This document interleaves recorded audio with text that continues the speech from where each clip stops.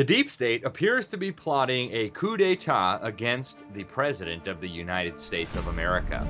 It's been compared to a color revolution along the lines of what's been going on in Eastern Europe by the democracy establishment. Stay tuned. There is a growing amount of evidence that the deep state is planning a so-called color revolution in the United States against not just the President of the United States, but even our system of government. We have very, very powerful actors within and outside of the government who appear to be on board. Looks like elements of the armed forces are now involved. And this is not just my opinion. This is even according to experts in the field who've been involved with this type of stuff, people who've worked in the Trump administration, and now even a growing list of pundits, including some of the most important conservative pundits in America, like Tucker Carlson and Glenn Beck, and even the former governor of Arkansas, Mike Huckabee. So this is now making a big splash. And as I was researching this, one of the things that I realized is many of the same exact people, the same exact organizations, and the same exact strategies that have been used in other countries, especially in Eastern Europe, in the Middle East, and even into the Asian continent, are now involved in what appears to be a plot to have a coup d'etat here in the United States, very much along the lines of these color revolutions that the CIA and the National Democratic Endowment, or the National Endowment for Democracy, and all these other major so-called democracy organizations have been involved in. And the 2020 election will be right at the center of it all. Now, unless you've been living under a rock, you know now that everybody is talking about voter fraud. The Democrats are talking about it. The Republicans are talking about it. This mail-in voting scam that they have unleashed on us under the guise of keeping us safe from coronavirus. It's fine to go burn down your city. It's fine to go burn down a church. It's fine to go burn Bibles. It's fine to go protest against police.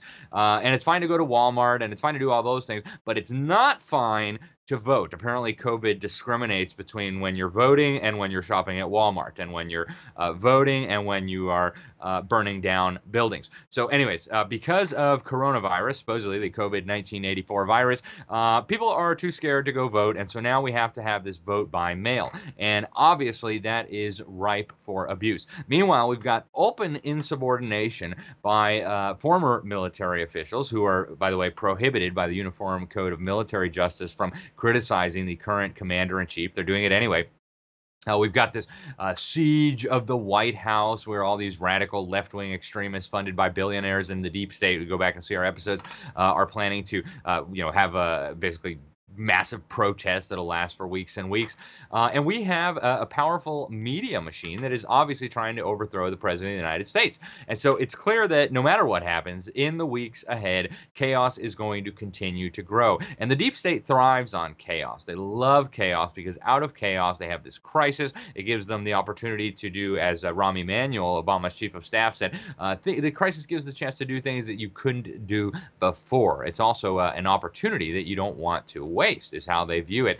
And so you have now people within Trump's network and outside of the network warning that a storm is brewing. Now, we've got these obviously fake polls telling us that Biden is going to win in a landslide, very similar to what we saw in 2016.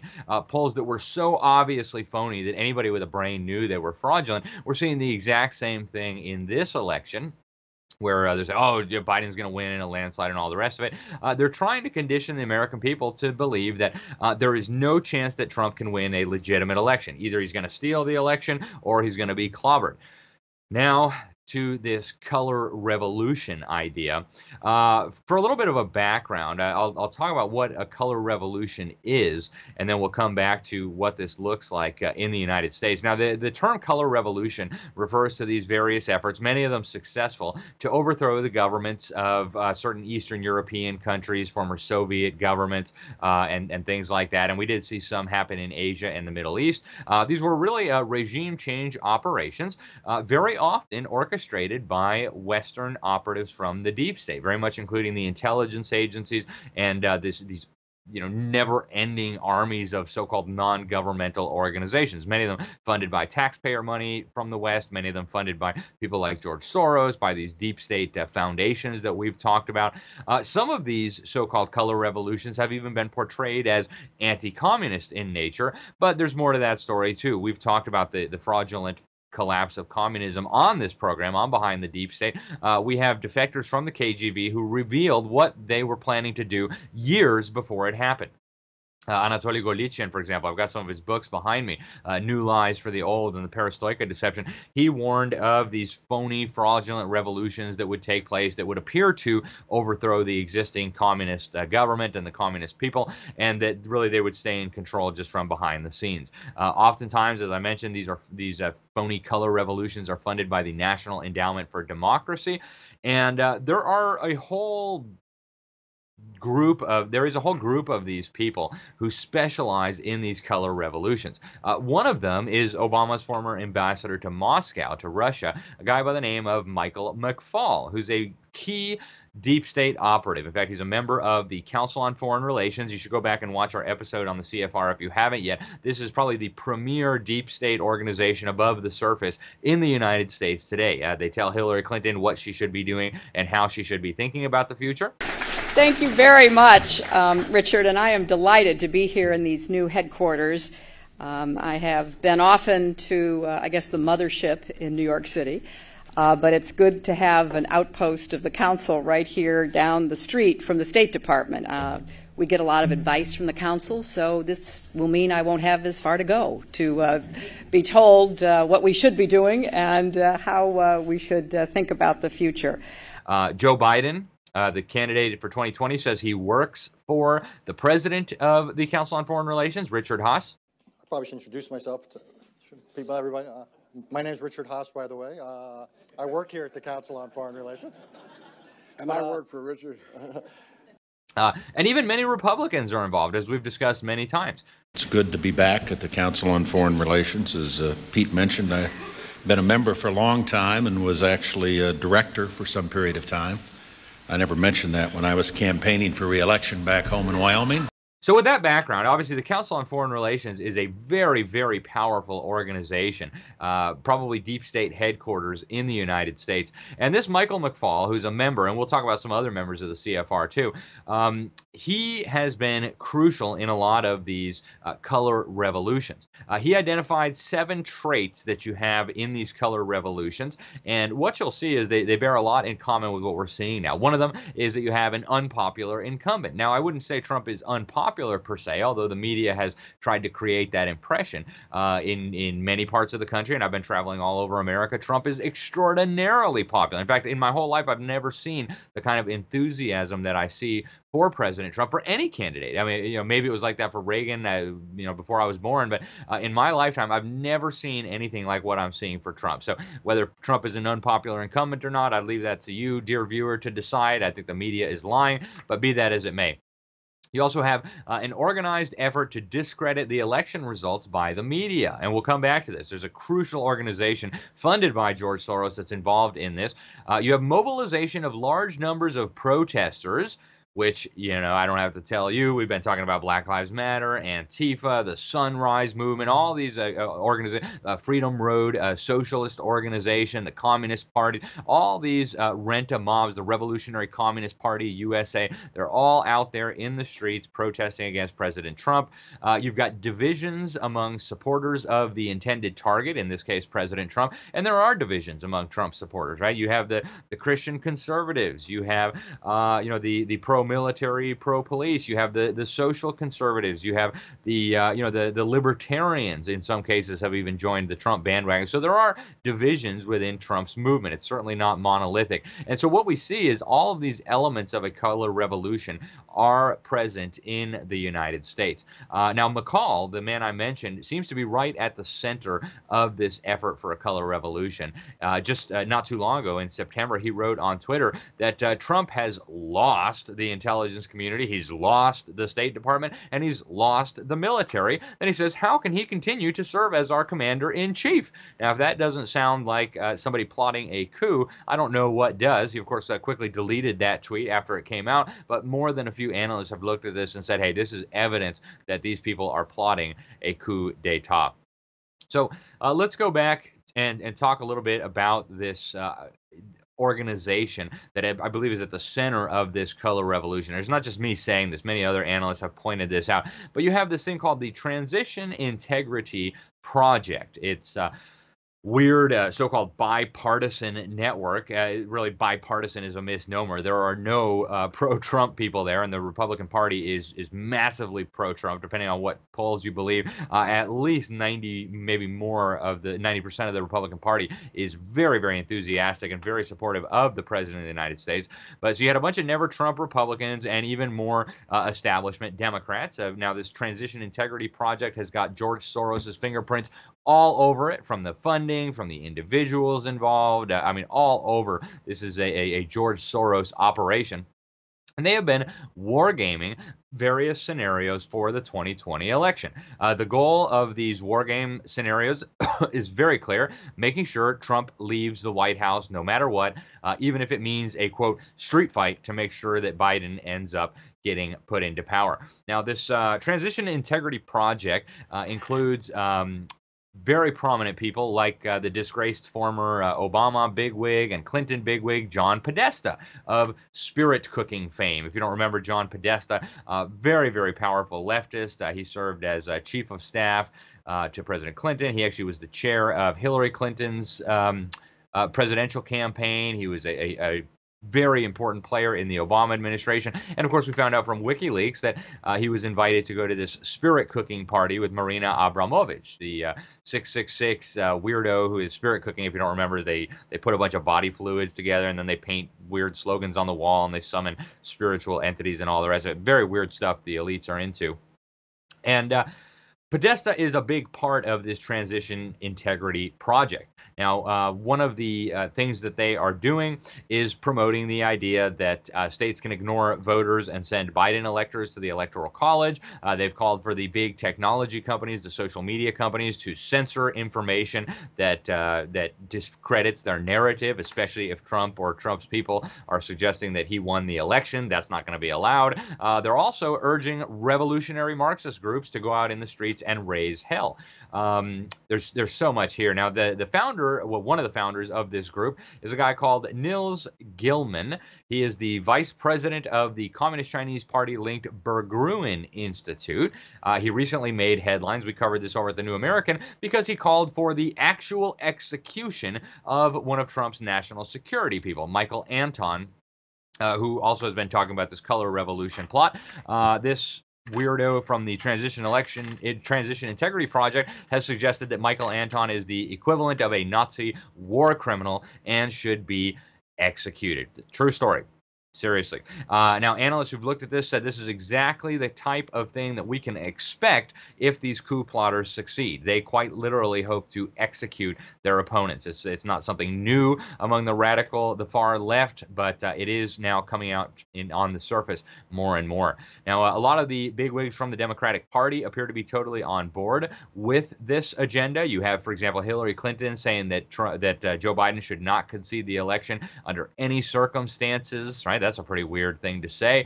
You've got the establishment media peddling this dangerous narrative that Trump is not going to leave if he loses the election, and he's definitely going to lose the election.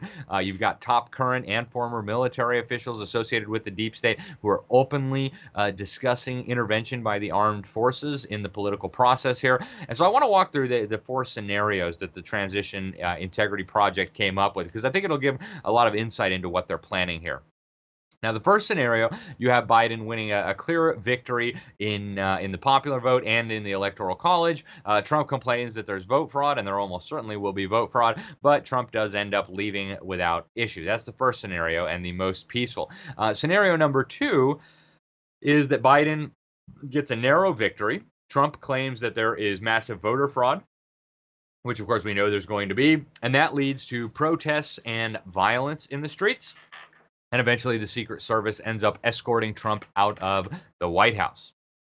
Then scenario 3 gets even weirder. You have a close election. Trump ends up winning, but somebody destroys some ballots in Michigan. So the governor of Michigan claims that these ballots were supposedly for Biden. She ends up sending a new slate of electors to the Electoral College to help Biden get elected. The whole election is hinging on what Michigan does. And so both sides send their supporters out into the streets, and we end up with no clear president by January 20th. They don't explain what happens from there, but you have military people now openly talking about, well, in that case, the military is going to have to go and remove Trump from office by force if necessary.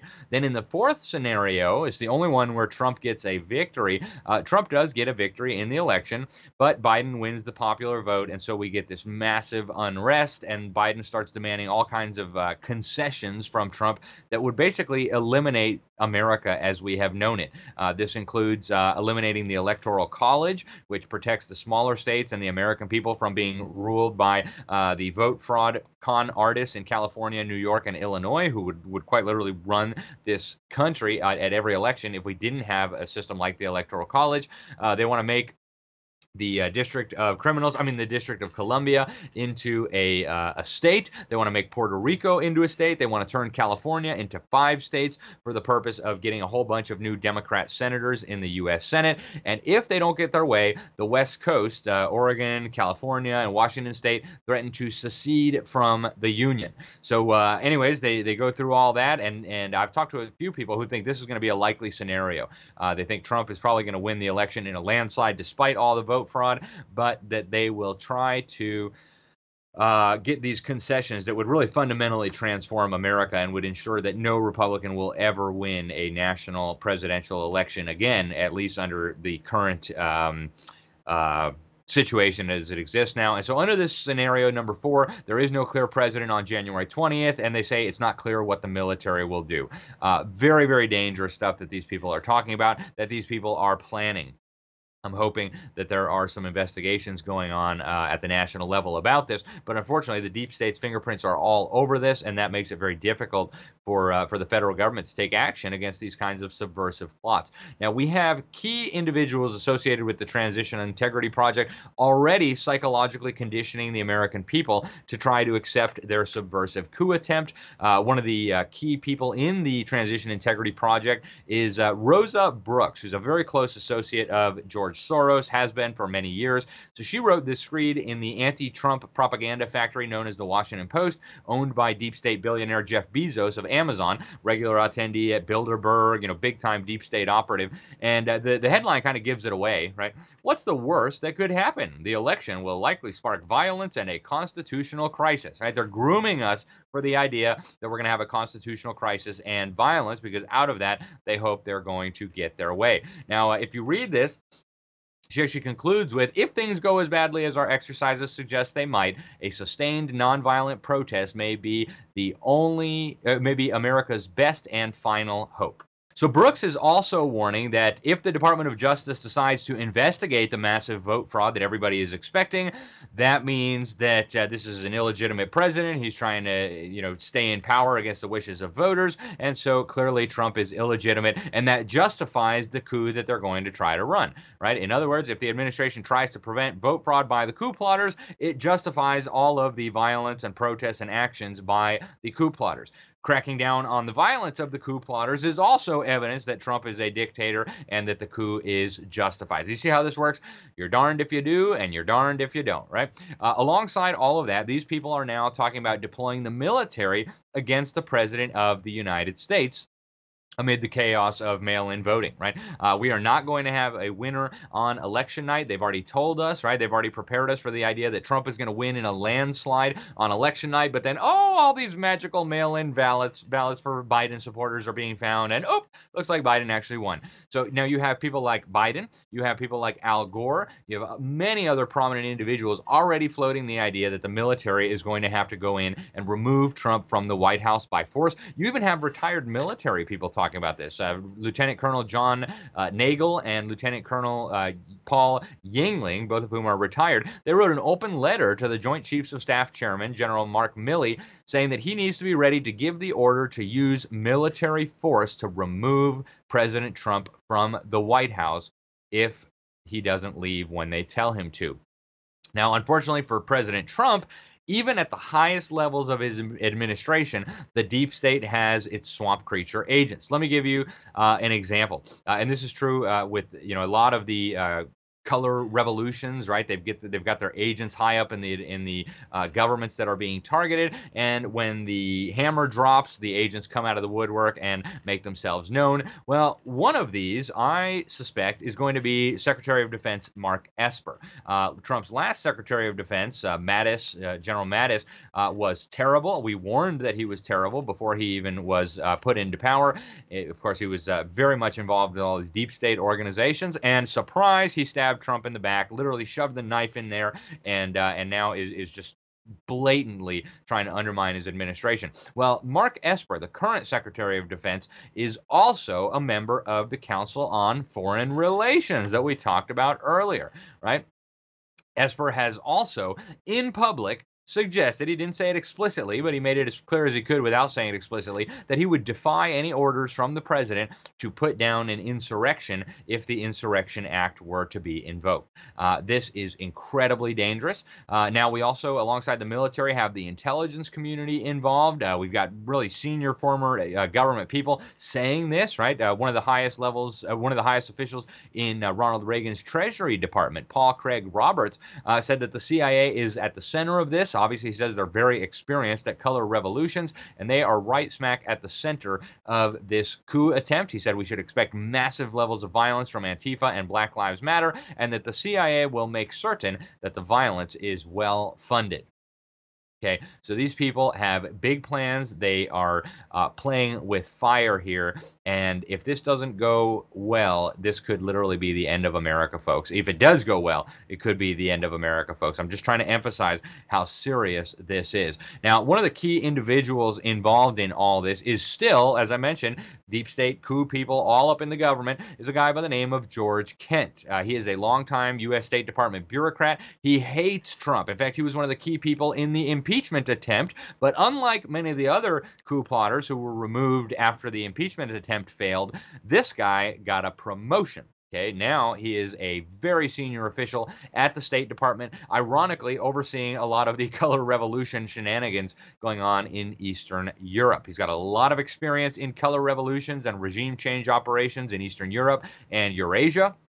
In fact, he was right at the center of what happened in Ukraine. He served in various very senior roles in Ukraine during the Orange Revolution, during the Maidan uprising that took place there. That revolution, of course, had U.S. government fingerprints all over it. Council on Foreign Relations, Deep State, George Soros, was a crucial guy in this. He was funding a lot of these NGOs that were engaged in this, and helping to bankroll the revolutionists that were overthrowing Ukraine and that now are trying to overthrow the United States. Now, one of the guys who's been really talking about this a lot and blown the lid off a lot of this is a former Trump speechwriter by the name of Dr. Darren Beattie.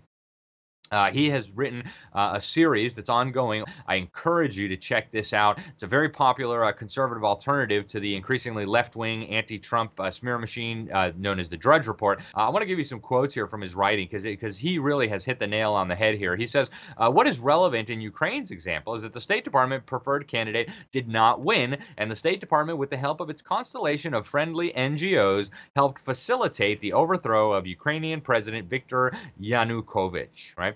And so he said, whether the guy was good guy, bad guy, whether it was a good policy, bad policy is not important. What's important is that the U.S. State Department and these Soros-funded and other NGOs were at the center of this color revolution that is very, very similar to what we're seeing here. Now, he says that the State Department regime change operation was carried out by, quote, contesting the legitimacy of the election, organizing mass protests and acts of civil disobedience, leveraging media contacts to ensure favorable coverage to their agenda in the Western press, all tactics eerily similar to those used against President Trump beginning the day after he was elected, right? And as Dr. Beattie says, these are the very same people behind those revolutions, and they are using the very same playbook to bring down President Trump. He says the people most viciously and effectively targeting Trump today are regime change professionals of the color revolution variety, whose preferred playbook involves a combination of attacking the legitimacy and electoral integrity of their target, mobilizing mass demonstrations of, quote, mostly peaceful protesters, and using any effort to crack down on said protests to further escalate the offensive against the target regime. Okay, this is exactly what we are seeing, folks. It's happening in America now.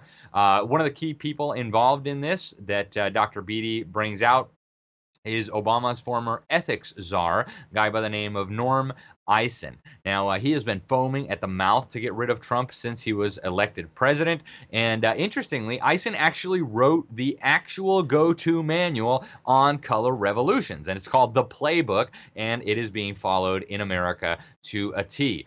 His strategies, by his own admission, are just a continuation of those pioneered by the originator and godfather of the color revolution model.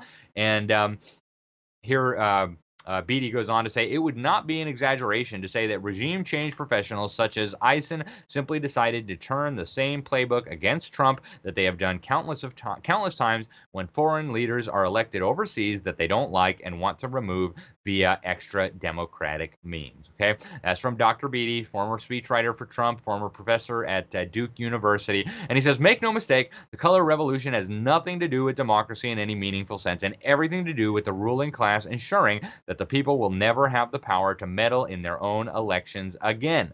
He says by now the color revolution agenda against Trump should be as plain as day. Regime change professionals like McFaul, Eisen, George Kent, and others who have refined their craft conducting color revolutions overseas have taken it upon themselves to use the same tools, the same tactics, quite literally the same playbook to overthrow President Trump. Yet again, same people, same playbook, guys. You're starting to get the picture. Now, this actually goes along very well with what we have been reporting at the New American from the beginning. Okay, we interviewed Roger Stone, who's been a close advisor to President Trump going back to the 1980s, and he told us, this was early on in the Trump administration, that the deep state would stop at nothing to remove the President of the United States. He said their plan A was the Russia collusion hoax. That failed. He said their plan B was to declare that he was crazy, needed to be removed under the 25th Amendment. That happened shortly after that interview. And then the plan C would finally be to kill him if they had to. Now, we also reported in the New American back in 2016, quoting intelligent people in the know, like Congressman Ron Paul, that the deep state would try to collapse the economy and blame President Trump for that. We are now seeing that thing happen now. Okay, they are trying to blame the economic calamity that we're facing on President Trump. They're trying to blame the coronavirus on President Trump. Everything that they could blame on President Trump is being blamed on President Trump, guys. So there is, it appears, a coup d'etat underway in the United States right now. Look for things to get significantly more crazy in the run-up to the election and potentially afterward also. And be on alert, guys. We cannot let the deep state steal this election. We cannot let the deep state fundamentally transform our country. They say every time someone subscribes to the New American Magazine, a member of the deep state loses his mind. Well, now's your chance to help a lot of deep state members lose their mind. Head over to thenewamerican.com, subscribe to the magazine, subscribe to our daily, weekly, or monthly headlines, and let's beat the deep state into the ground. I'm Alex Newman. Thanks for watching.